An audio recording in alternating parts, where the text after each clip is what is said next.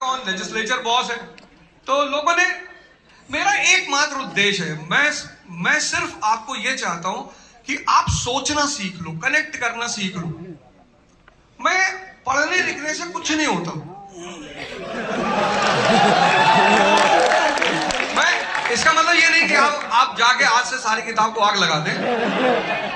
आप मेरी बात को ना, तब बहुत आप में से बहुत सारे लोग मेरी बात को दूसरे एक्सट्रीम पे लेके चले आते।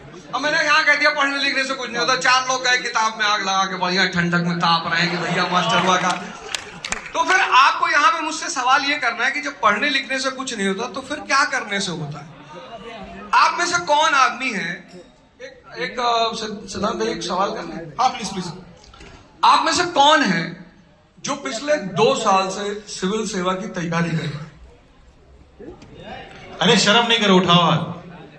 अगर जीत गए तो 5,000 रुपया गिन के यहीं पे देंगे।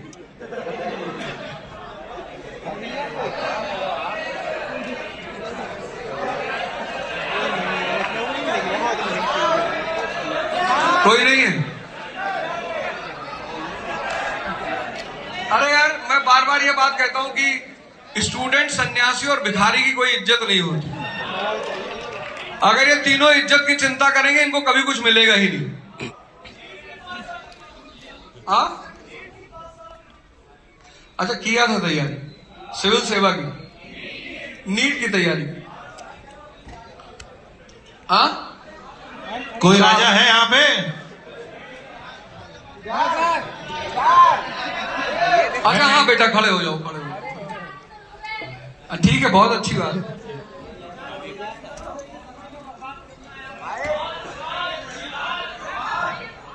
सवाल ये है, बस एक लाइन में जवाब देना, उससे ज्यादा नहीं, कि राजा कितने साल से तैयारी कर रही हो? 2 साल से।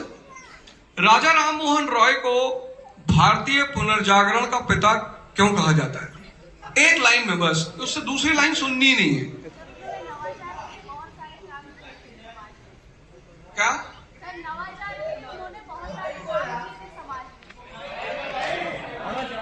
नहीं पता, 2 साल से तैयारी कर रही है। नहीं पता, 2 साल से। इसलिए मैं अब अपनी लाइन को पूरा कर दूं, जवाब भी दे दूंगा। अब मैं अपनी लाइन को पूरा कर दूं कि अगर पढ़ाई लिखाई से कुछ नहीं होता तो होता किससे? समझ के विकास से। जो आपकी समझ है ना, वो आपकी ताकत है। राजा राम मोहन रॉय ने भारत में मानवतावाद और बुद्धिवाद के पर आधारित समाज पे निर्माण का प्रयास किया। ये 2 पिलर है पुनर्जागरण के, ह्यूमनिज्म और रैशनलिज्म।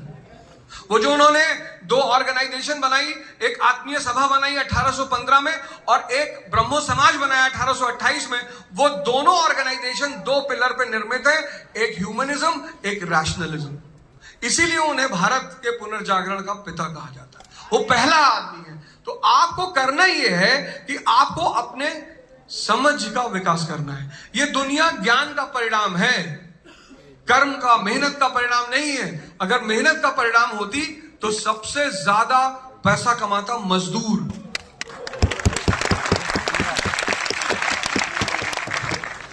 और आप लोग भाई, किसी को जवाब ना पता हो ना, उस पर हंसना नहीं है, क्योंकि मुंह तो आपके भी नहीं खुले थे। बिल्कुल बिल्कुल।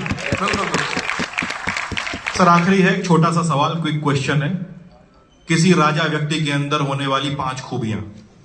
सबसे पहली खूबी ये है, 5 खूबियों में से उसको 5 शब्दों का मतलब पता होना चाहिए बस। पहला, रिश्ता।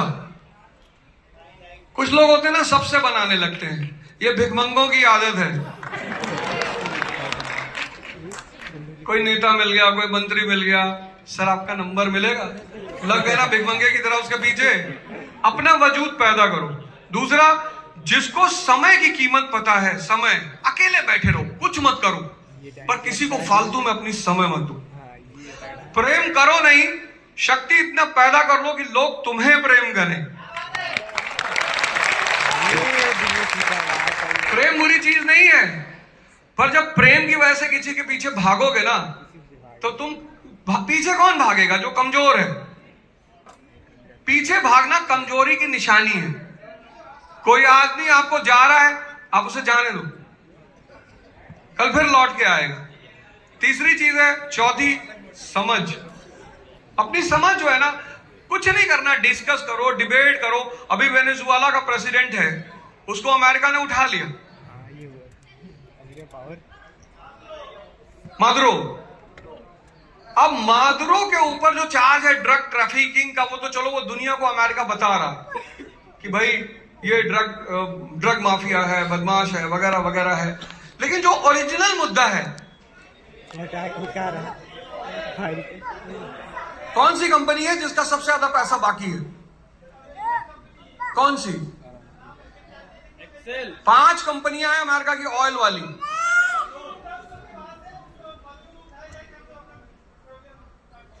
ईरान की माउंटेन रेंज का नाम बता सकते हो जिसने चारों तरफ से ईरान को घेर रखा है?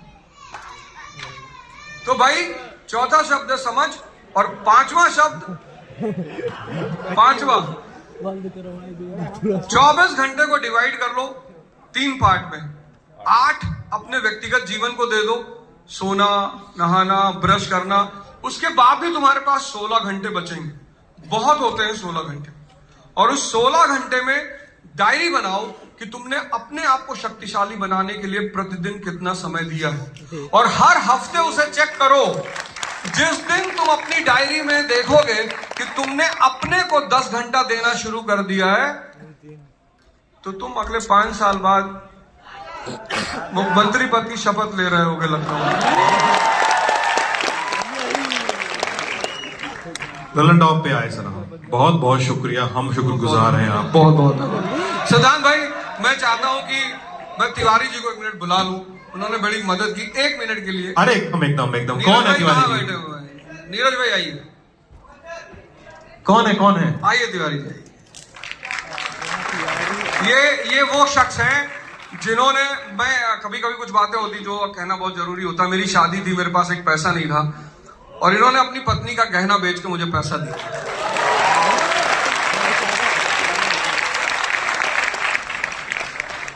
तो यहां पे ये इंदौरी पोहा के नाम से प्रसिद्ध हैं। हजरतगंज में इनके पोहा के, और जिंदगी में जब आप लड़ाई लड़ते हैं ना, तो एक आदमी की जरूरत होती है जो आपके कंधे पर। तो जब भी मैं निराश होता था, हमसे कहते थे सर आप मार डालोगे, काहे चिंता कर रहे। और फिर मैंने फाइनली मार ही डाला। तो ऐसे आदमी का जीवन में होना बहुत जरूरी होता है, बहुत जरूरी। मैं आया, मेरी नजर पड़ी, ये बैठे हुए हैं। सिद्धांत भाई आपका बहुत बहुत धन्यवाद, आपने आने दिया। पर ऐसे आदमी को जिंदगी में बचा के रखिए जो आपके बारे में सोचता हो, जो नहीं सोचता हो 4 झापड़ मारो, दरवाजा दिखाओ,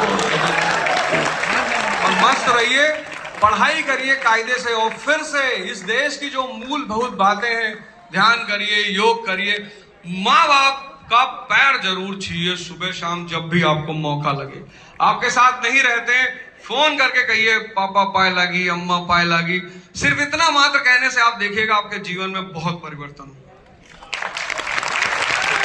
सम्मान करना सीखिए, सम्मान। और भगवान राम की तरह आप 14 साल मत रहिए जंगल में, तो चलिए 2 ही साल रह लीजिए, लेकिन 2 साल आप तपस्या करके वापस आएंगे तो कुछ ना कुछ बनकर जरूर आएंगे। आप सबको का बहुत बहुत धन्यवाद। Thank you sir, thank you so much.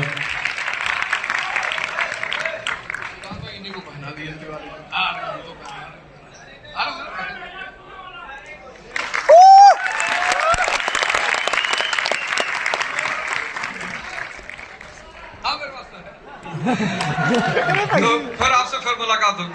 जय Hind. Thank you Baba sir, thank you so much. जोरदार ताली। आशीष, व्हाट डू यू? अरे जाइए मत, MC स्क्वायर आ चुके हैं।